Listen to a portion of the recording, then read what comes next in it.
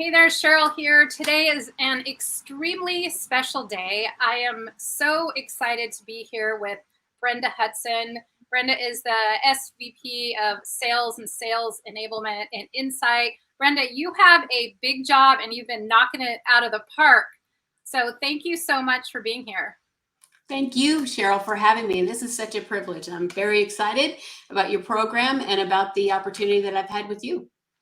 So thanks so much. And I know we've had some, before we jump in, I know we've had a little bit of experience even working together. Is there, something that resonated? We were talking a little bit earlier because I know you had a meeting this morning. Was there something that that stood out? Well, I did have a meeting this morning and we talked about the value of our fuel, right? How do we fuel our own development and really help energize one another as women in technology in particular? It can be a tough environment, right? And we actually talked about what that looks like to each one of us and how we, and I actually used you as an example, the interactions that we've had and the investment that you've made in me and the tools that you have enlightened me around some problem solving areas and areas of opportunity for me in my development. Is a absolute example and a real time example of how I've invested in myself through your kind guidance and coaching. Well, thanks so much for that. It's been, such an honor, and it's really, you must be so thrilled to be with Insight, and I really honor all of your and Insight's recent success and the new opening of your offices. And next time I'm in Arizona, hopefully they will allow me in. Our new facility is spectacular, and Insight is just a remarkable, remarkable company. Yeah, so I'm really thrilled to be here with you today. So before we get into you sharing your wisdom, about how to give tough feedback. And it's most people, we talked about this earlier, most people think of giving tough feedback to a subordinate. But we're going to have a conversation and you're going to share your wisdom about giving tough feedback to subordinates, but also to leadership. Yes. And that's what I'm all about, is how to influence up. So I could not be more thrilled with the conversation that we're going to have. But before we do that, I would like to roll back the clock a little. I don't want to date you or date myself. Please don't. However, as a younger person, because we're still young, kind of, right? As a younger person, was there something or someone who inspired you to greatness, or who maybe made your life really difficult and you were just really hell-bent on moving forward anyways? They kind of inspired you to greatness in a bad way, or inspired you to greatness in a good way? Well, I have two examples that I want to share ever so briefly. One inspiration in a very, very positive way was my grandfather. My grandfather was, he dominated his field. He was an elite musician and performer. He was kind, poised, compassionate. He lived by his values of grace and gratitude. And as a young child, I watched him in really any environment, whether it was in front of a large crowd or in front of family. He never wavered on his approach, his kindness, his generosity, and his compassion. And that is something that shaped me as a child, to say that regardless of titles or affluence or economic health, that you remain true to yourself and authentic. And he really demonstrated that so authentically. On the other hand, I also had a defining moment in my early professional career, working for a man that was a bank manager. And he was terrifying. He was erratic in his behavior. He was demanding. He was, and I can say this today, he was sexist. He would hit the intercom and demand for me to deliver coffee and bring this and that to him. And just, I think there was a part of it that he enjoyed, the servitude attitude and just the defiance around and rage when he would get into my face about the coffee not being hot enough or the sandwich not being right or a typing error on a phone. He just pick one, and he seemed to delight in demonstrating his authority over me, and very intently red, purple face, anger, like just very outlandish response to something as like maybe forgetting the cream in his coffee, something as mundane as that. And so I witnessed that type of, and I'll use this word lightly, leadership, and thought to myself, if ever I'm in a position to, and privileged enough to lead people, I started to build sort of a mental file cabinet, and I would just sort of tuck away, these are all of the behaviors that I will not exhibit should I have the privilege of leading people. Yeah, 100%. And I kind of relate to that story. The first boss I had, and I actually worked in institutional banking, like as a 20 something, my early 20s. And same red purplish face. He was going through a divorce, and just that rage of whatever else was going on in his life was coming into the workplace. And so let's just catapult that forward. You really pride yourself on being able to deliver tough feedback in a effective and respectful way. So can we talk a little bit about, both what you learned from your grandfather and from this other person, how it shaped you as a leader, and also not just how to have a tough conversation effectively or give tough feedback to a subordinate, but what about if you need to influence up, you need to have a tough conversation with a manager who is not treating you quite right, or they're overlooking you, or making you work longer than you should, or not making you feel heard, seen, or valued. Right. I think that you have to really center yourself around values, right? And that's one of the things that Insight does really, really well in terms of living by our values. When you have demonstration, as I did as a child, of strong values and ethics, principle, authenticity, it gives you the fabric within your characteristics to exhibit those characteristics in life, right? Professional and personal. And so I really approached feedback from a subordinate standpoint as well as a superior standpoint with grace, honesty, clarity, and compassion. And I will tell you that it was not always returned in that manner, but that I only knew what I knew, which was I could control my emotions, I could control my behavior and my delivery, my tone, my follow through, my responsibilities, but I couldn't necessarily control the audience, right? And that goes for whether it was a superior or whether it was a subordinate or even a peer. Yeah, I want to really spotlight something you said, is that really a moving emotion. Because when we remove emotion or neutralize it, it allows us to show up in our highest sense of integrity and to be congruent with the best version of ourselves. And at the end of the day, that's what's, most important. But one thing that I've heard from clients in some of the small groups that I've worked with is that sometimes that's really hard to do as a woman in technology or woman in the workplace, and especially for women who are further marginalized within our gender. That's right. So do you have any advice on how to create some safety, or how to do that when there's a lot at stake? No, I think you said something to me, Sheryl, and this resonated, is that you want to kind of think through and role play how you believe the conversation should navigate, and stick to the facts, right? Facts are what they are, right? And that needs to sort of anchor the dialogue. And so think through, this is your narrative.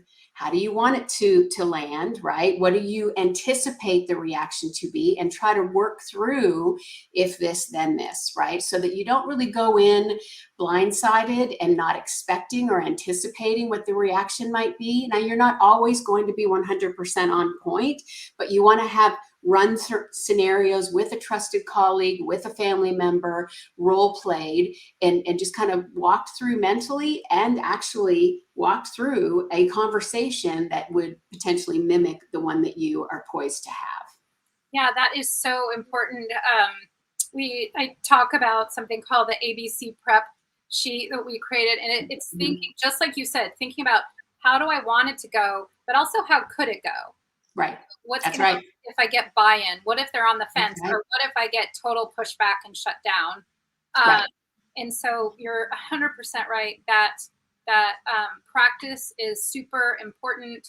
And then, we talked about the practice, but having it be in a safe space first. Yes, Afterwards, very important. who has your best interest at heart. That's right.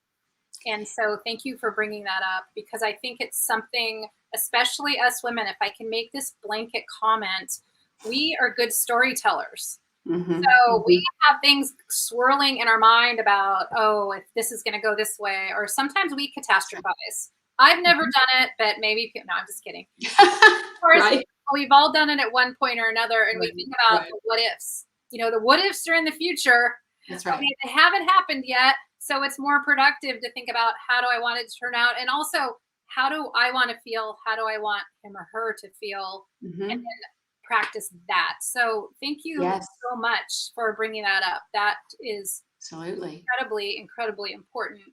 And I'm also curious to know too, on the story of giving tough feedback, is there a time when you gave some tough feedback either to a subordinate or a manager, and you kind of doubted yourself, like, oh, should I go there? I'm not really sure if I should go there.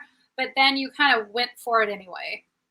Yes, absolutely. I was in an environment that was not diverse, and there was a job opening and a candidate who was very, very strong in technology, very excelled in their individual contributor role, performance-wise, was highly respected and regarded, was sort of tapped by influence of what the contribution was as being the ringer for this career advancement type position. It was also known that and chided that this individual had tremendous gaps in communication skills.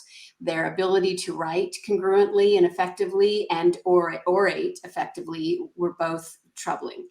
And so what I recognized was, while this individual had a piece of the skill set that would aid to his success in this role, he did not have the full bounty of skills to be successful. And if I were to endorse him as a candidate for upward mobility, it would reveal these areas of opportunity that would actually erode and possibly eliminate his credibility for any future advancement. There was a tremendous amount of swagger in this organization and a tremendous amount of dominance that was not diverse. And so to raise my hand and say to people at my level and above that I was going to suspend any further activity with this individual to even interview for this career advancement was not met with positivity, was not embraced. And I heard all of the reasons why I was out of my mind and couldn't do this to this individual and inhibit his ability to promote. But what I was really doing was saying, I want to have the conversation around what's preventing this, and really try to unearth the opportunity to help clear that path for him. The resistance, I can tell you, was severe, but I pursued, and it was a risk.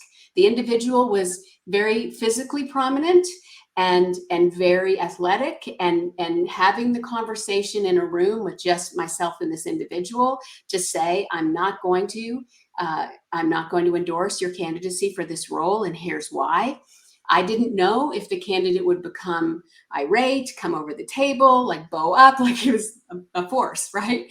And so I was trying to prepare myself mentally for that. And in the conversation, I said, I'm not going to allow you to pursue this position, and here's why. Here's my experience with your capability set. Here are the things you do exceptionally well, and here are the things that are tremendously gapped. The reaction was that this individual put his head down. Again, there was a moment, a pause. I didn't know if he was going to launch out of his chair at me, or what was the outcome, what the outcome would be. He lifted his head and tears were streaming down his eyes. And he said to me, I've worked my way through my life trying to compensate in other ways for these areas. I have struggled with grammar, English, and communication, strong communication skills my entire life. It's been a problem since I was in grade school.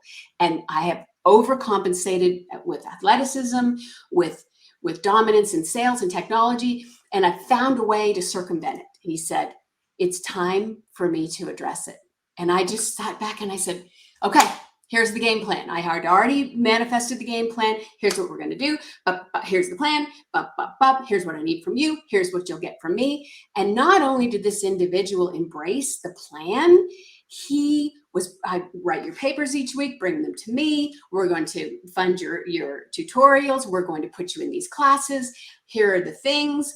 And here's what I need from you. He absolutely embraced this and just powered through the learnings by accepting his failures in those areas. And he was just so energized, coming to me every week. He wanting to show me his homework, wanting to show me his progress. Not only did he conquer what he was fearful of being revealed his whole life, he conquered it in such a way that today he is a key executive in a technology company, and he's running circles around this industry and his peers. And it took that moment of defiance from me to say, not just no, but like, this is not going to happen until these things are addressed, because the boys wanted to really just continue just to float him because of his other skills, and to see what he has manifested in his life personally and professionally is beautiful.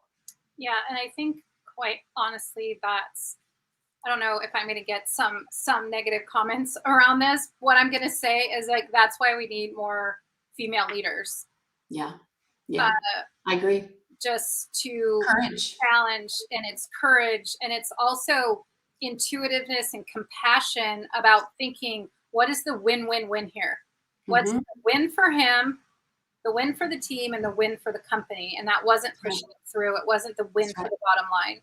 And so for anyone listening, I want you to think about, is there something challenging or something that in your heart, your gut, you know that you need to speak up, and you know it's the right thing to do? And what could be the benefits if you do? And also what could be the consequences if you don't?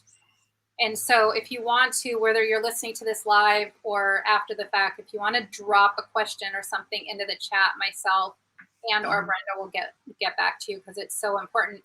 Thank you for sharing that. I can imagine that it was incredibly uncomfortable, but I also think about now, he's probably shared this story. He has. So if you think about the ripple effect of your bravery, it's probably even greater than you even imagine.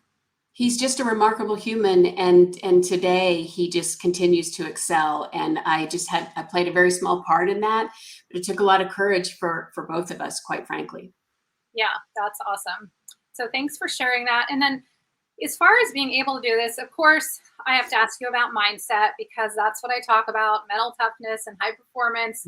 Right. So what mindset has allowed you to do what you're doing and to give tough feedback effectively and respectively and with compassion and be defiant for the greater good? Yeah, so again, I go back to the values that were shaped early on by watching my respected, adored, loved grandfather do what he did and how he treated people. I start each day with grace and gratitude on my heart. I frame tough conversations and build my mindset around a heart of gratitude. Sheryl, you do this.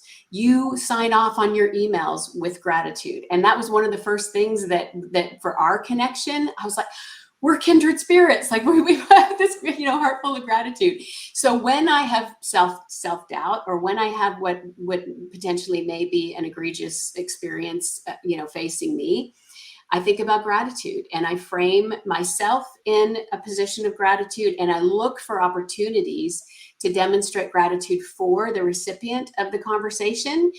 And that has just literally 100% of the time made a path for clearing out the emotion and really having a fruitful and strong outcome conversation. That is so very important. And one thing that sometimes it's not easy. I'm not going to lie, Because especially if we get wronged or overlooked for something or reprimanded, or, you know, someone's behavior is egregious, sometimes it is very challenging to do. And at least what I found is helpful, and for a lot of female leaders that I work with, you literally put your hand on your heart. Yes. You just take a split second to think. It's called tactical empathy, not thinking about what it must be like for the person, but saying, I am the person. Right. So 100%. It's like, so in other words, for your red and purple faced boss when you were 17, you know, it's just thinking, gosh, let's call him Bob. You know, I'm Bob. I'm such an angry, upset person. What must be going on in my life to make me so awful? And it's not really for them.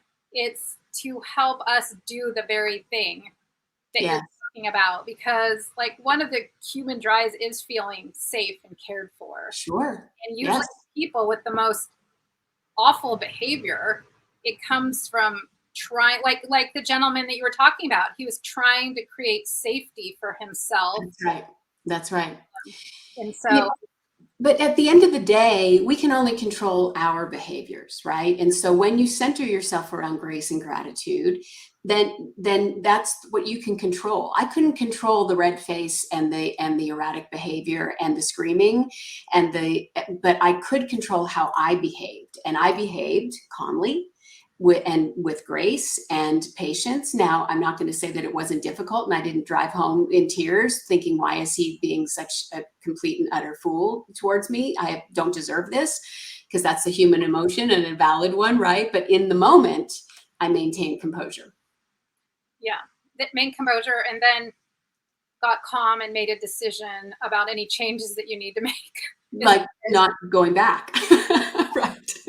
And so hopefully for everyone listening, you've shared so many kind of golden nuggets, but is there one call to action or something that you like to leave everyone with, something to think about or something to do? Yes. Yes. And you touched on this, Sheryl. Your wisdom is profound, frankly, and I so enjoy our interactions. Well, here's what I would tell you. It's hard for women to be vulnerable. It's hard for us to be our authentic selves, particularly in the professional world, right? And so there's fear in revealing ourselves authentically, but that is what we have to do, right?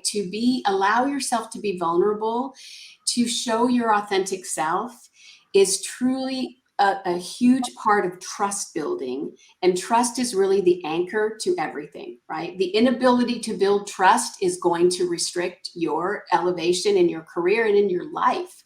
Listening capabilities, strong listening, authenticity, and aligning your actions with your words is so, so important for your credibility, for your ability to build trust. So if you think of nothing else, think about allowing yourself to be vulnerable, grace and gratitude each and every day, strong listening, and building trust. Such great advice, Brenda. Thank you for sharing your wisdom. I look forward to continuing to follow your journey and all the amazing success that you and everyone are having at Insight. Thanks so much for being on the show. Oh, thank you, Sheryl. It's been super fun.